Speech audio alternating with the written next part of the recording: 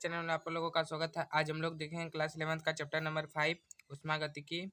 इसका हम लोग पहला एक वीडियो देख चुके हैं, पहले ही कर चुके हैं। मतलब उष्मागतिकी का प्रथम नियम।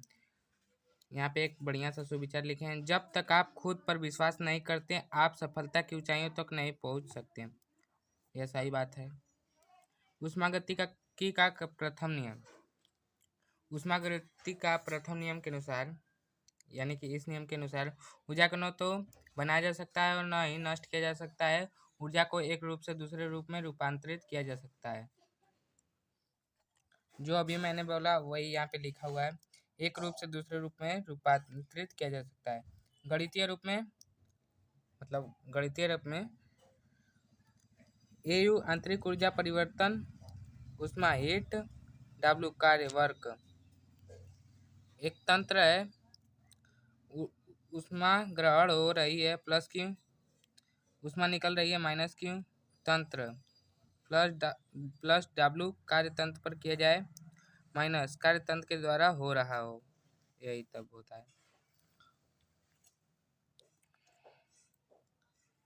यह एक मान लीजिए तंत्र है जिसमें गैस भरा हुआ है, तो यह इस पे प्रेशर लगाएगा, यह ऊपर हो जाएगा।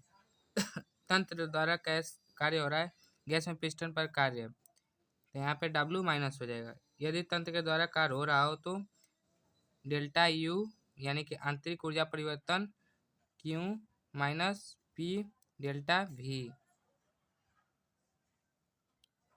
अब यह कैसे आया आगे देखते हैं हम लोग। सूत्र है यह, जब तंत्र स्वयं कार्य कर रहा हो तब।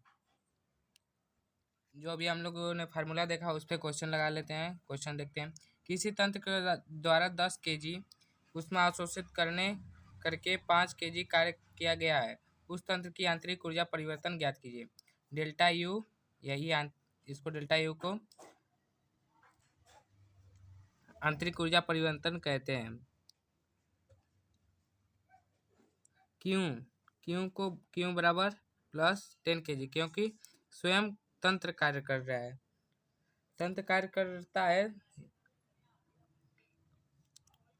जब उष्मा ग्रहण हो रहा ही हो। यहाँ पे उष्मा ग्रहण अवशोषित मतलब ग्रहण करना होता है, हो रही हो तो प्लस लगेगा।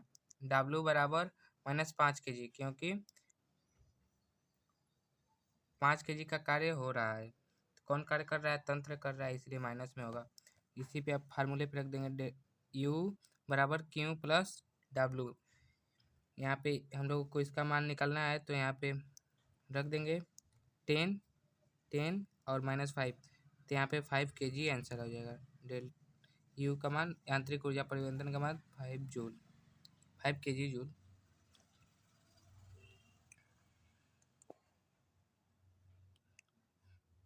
अब दूसरा क्वेश्चन है, किसी तंत्र पर 10 kg जूल का कार्य किया गया,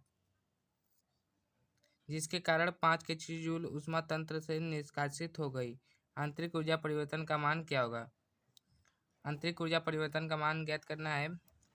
कार्य यानी कि कार्य तंत्र पर किया गया है तो यह प्लस हो जाएगा, और उष्मा निकल गई तो माइनस हो जाएगा। यहाँ पे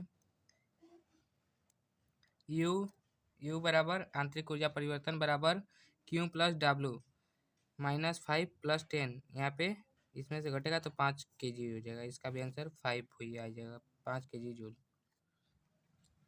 अब तीसरा है, यदि किसी तंत्र पर अवशोषित उष्मा 10 P, तंत्र द्वारा लगाया गया दाब मतलब प्रेशर P, इसको तंत्र द्वारा लगाया गया दाब को P से दर्शाते हैं। V मतलब आयतन परिवर्तन 5। आंतरिक ऊर्जा परिवर्तन ज्ञात करना है। आंतरिक ऊर्जा परिवर्तन को U से दर्शाते हैं, V को आयतन से, P से प्रेशर को।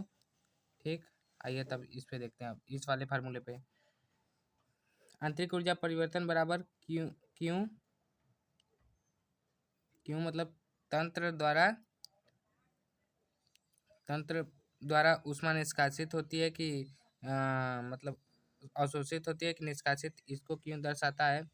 और माइनस P भी प्रेशर आयतन, तो यहाँ पे दिया है 10 हो गया। क्यों यहाँ पे दिया है कि यदि किसी तंत्र पर अवशोषित उष्मा इसको क्यों से दर्शाते हैं, अवशोषित ऊष्मा को क्यों से दर्शाते हैं। ठीक, और यहाँ पे अब देखिए फार्मूले पे अब रखते हैं हम लोग। क्यू 10 हो गया और प्रेशर 2 था, और आयतन 5 था। यहाँ पे 2 5 10 हो गया, 10 - 10 यानी कि आंतरिक ऊर्जा परिवर्तन 0। तो इसका मतलब उत्कर्षीय व समतापीय होगा, उत्क्रमणीय और समतापीय। अभी तक हम लोगों ने जो पढ़ा है उसको रिवीजन एक बार कर लेते हैं। Revision test. ऊष्मागतिकी नियम। फर्स्ट, ऊष्मागतिकी का प्रथम नियम, ऊर्जा कणों तो बनाया जा सकता है, न नष्ट किया जा सकता है। ऊर्जा को एक रूप से दूसरे रूप में परिवर्तन किया जा सकता है। तंत्र। क्यों मतलब ऊष्मा को अवशोषित करता है कि छोड़ता है, यह होगा। क्यों आंतरिक ऊर्जा परिवर्तन बराबर Q + W, फार्मूला है। यदि किसी तंत्र ने कार्य किया है तो उसका संकेत होगा -W। यदि किसी तंत्र ने कार्य किया है तो -W होगा। यदि और कोई दूसरा किया है तो +W होगा। हाँ, तो इसका आंसर हो जाएगा -W। मिलते हैं अगले वीडियो में।